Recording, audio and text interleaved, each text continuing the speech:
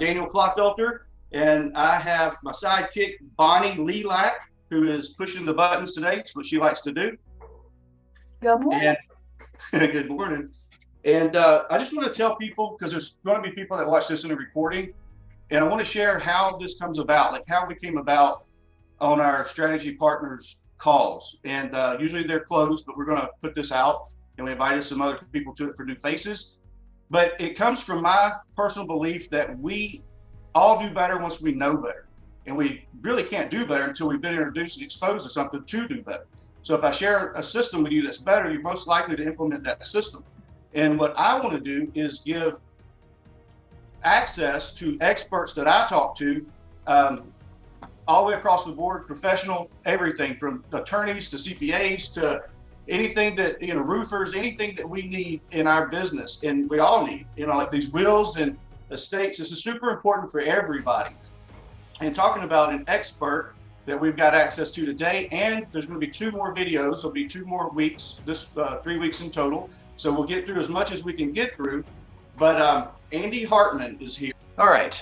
So moving past year support, let's talk about the situations in which you have to probate. Again, if the person has died less than 3 years ago, and those other conditions couldn't be met, you have to go forward with probate. And you're either going to do it in administration, if they died without a will less than 3 years ago. Here is the highlights of an administration of an estate. Again, all heirs over 18 and of sound mind. If you have heirs under 18, a guardian ad litem would be appointed by the court. They have to all be properly served with no objections filed. Service is most preferred by the court to be personal service. If necessary, you can avoid service by having them file a really easy affidavit. Those forms are all available in the court. They sign the affidavit consenting to the probate moving forward. It's a notarized affidavit, and then they don't have to be served. If they do have to be served, the court has to propound upon them copies of the documents and receive proof in their satisfactory form that they've been served by a process server, or by the return of a signed affidavit. Or finally, service can be by publication if necessary. Then you have an administrator who is appointed and becomes your signer on the contracts and deeds. This is an administrator who's voluntarily stepping forth to represent the family or the estate to move assets through the estate and get them sold. Okay? The court gives letters of administration. That administrator is the person that's going to sign your deeds and contracts. There's a period of creditor protection with an estate. It's the first 6 months of an estate being open, generally, that creditors have the right to file claims against the estate. So typically, when you have somebody if the probate has not been open for at least 6 months, the estate is going to have to be, the administrator is going to have to be mindful of creditors' rights prior to distributing any funds from the estate to the heirs. Okay? And the transaction needs to be a sale to a bona fide purchaser for fair market value in an arm's length transaction. That again is essentially for protection of creditors. You can't give a property away for a nominal value to a family member, for an example, in the hopes of protecting it from creditors. All right? Very important, the letters of administration. And these are documents that you might help us procure them from your seller, but you're not going to be expected to have to identify and analyze the document in a way that you're not going to have to come to me with all of these check boxes having been checked. Your closing attorneys are responsible for making sure that these documents are in the form they need to be in. So don't ever worry about having to have that depth of knowledge. Just the helpful thing is that if you're dealing with someone who is trying to sell a property and you're trying to help them, but we've got a deceased person involved, it's just helpful to know, for your benefit, to know what type of documents you're going to help us get. Okay? The letters of administration do have to say in them that the administrator has the power to sell the real estate. Okay? Otherwise, you have to go back to the judge again and have another hearing to get permission to sell. And there are a multitude of situations where a judge might not feel comfortable with the power to sell. The judge may want the parties to have to come back to him or her for permission to sell the property. Could be a situation where he knows he's dealing with an estate where everyone is mistrustful of each other. He maybe lacks full confidence in the administrator for whatever reason. Maybe they're young. Maybe they're not used to handling administrative matters like this. And so the judge wants the contract brought back to him or her to take a look at the contract to make sure he blesses moving forward and create some ground rules for how the money will be distributed. Okay? like I said, just because the property can be sold doesn't mean the heirs can receive the proceeds of sale. And we had this 6-month protected period. So, when we get to closing, we're going to be making the checks, or the wire transfer is going to be payable only to the estate.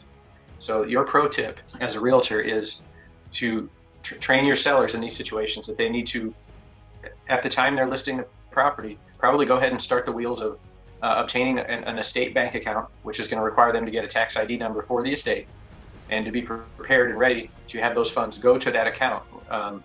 That your person that is signing the contract, they may be the only one getting any money from this transaction. All their kids are going to sign off on it. No other heirs are going to make any claim. However, that doesn't mean that this individual is going to walk out with a check or a wire in her name or his name. It's the funds may have to go to the estate, and that's really for the buyer's protection and for our protection as a closing attorney. We don't want to have to dive in and make a deep analysis of whether or not it's safe to distribute proceeds to the individual heirs or to the executor. Our seller is the estate, so we're going to distribute the proceeds to the estate. There are other situations where you might have the property owned by the estate. However, your seller would really prefer to be that heir individually. And there are some cases where we can do a deed from the estate to the individual heir, and then the individual heir then becomes your seller, and we move forward that way. But that again is an analysis that has to be made on a property by property basis. Okay, this is what letters of administration look like. You're also going to think, okay, well, I've seen something called letters testamentary. That's different. Okay, this is letters of administration. This is a situation where I guess we're dealing with SpongeBob SquarePants now. Spongy has deceased, and deceased without a will. Remember, when we're dealing with letters of administration, we're dealing with somebody that died without a will. Okay, this letters of administration happens to be awesome because the judge in this case granted all of the powers. We call them 261 powers. That is inclusive of every possible type of fiduciary power you could have in the state of Georgia when you're dealing on behalf of somebody else or some other entity. Okay, they're called fiduciary powers. This judge granted all those powers to this administrator. So this judge is saying, go forth, sell property, distribute funds, don't come back to me. Come back when you're ready to close the estate, but I don't need to see anything else related to your sale of property for this estate. Okay? I'm not going to get into situations where the court requires a bond, but sometimes the court does require a bond to be put up, and there are bonding companies we can put your seller in touch with, and we would need proof that that bond exists. Just something to put in your back pocket and not worry about. Any questions so far? Yes, you've got a couple. Can an heir be the administrator as well? Yes, usually the administrator is one of the heirs. Okay, and can the property owner state who they would like to be the administrator prior to their death? They can. Typically they may have done this. The court will consider extrinsic evidence like a letter left behind, or an email, or some sort of last wishes that were conveyed. However, ultimately, all of the other heirs are going to have to agree through that process of service and consenting to the probate. They're going to have to agree that they consent to this particular person being the administrator. If the deceased had a will, that is where they would say who they want to be their administrator, which in that case we call an executor. Okay. Thank you. Okay, you got it. I'll be sharing insightful and informative videos on stress-free retirement, being your own bank, setting up college funds, understanding Social Security, wills, probate, trust, and how the Fed Reserve rate hikes affect your mortgage rates. And always, real estate solutions. I'm your go-to expert in real property.